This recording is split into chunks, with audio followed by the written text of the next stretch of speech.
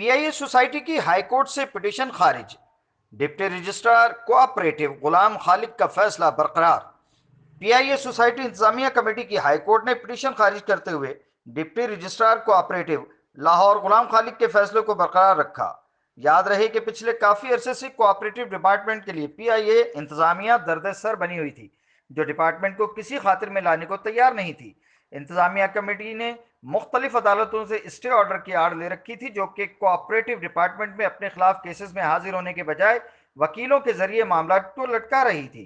मगर D R Lahore गुलाम खालिक ने बहादुराना फैसला करते हुए महकमा कोऑपरेटिव की रिट को बहाल किया और मेम्बरान की दरख्वास्त पर इंतजामिया को करप्शन, अदालती अहकाम की खिलाफ वर्जी, मेम्बरान के प्लाटों पर नाजायज कब्जे और मुजरिमाना सरगर्मियों में मुलविस होने की वजह से रजिस्ट्रार कोऑपरेटिव पंजाब की इजाजत से फारिग किया।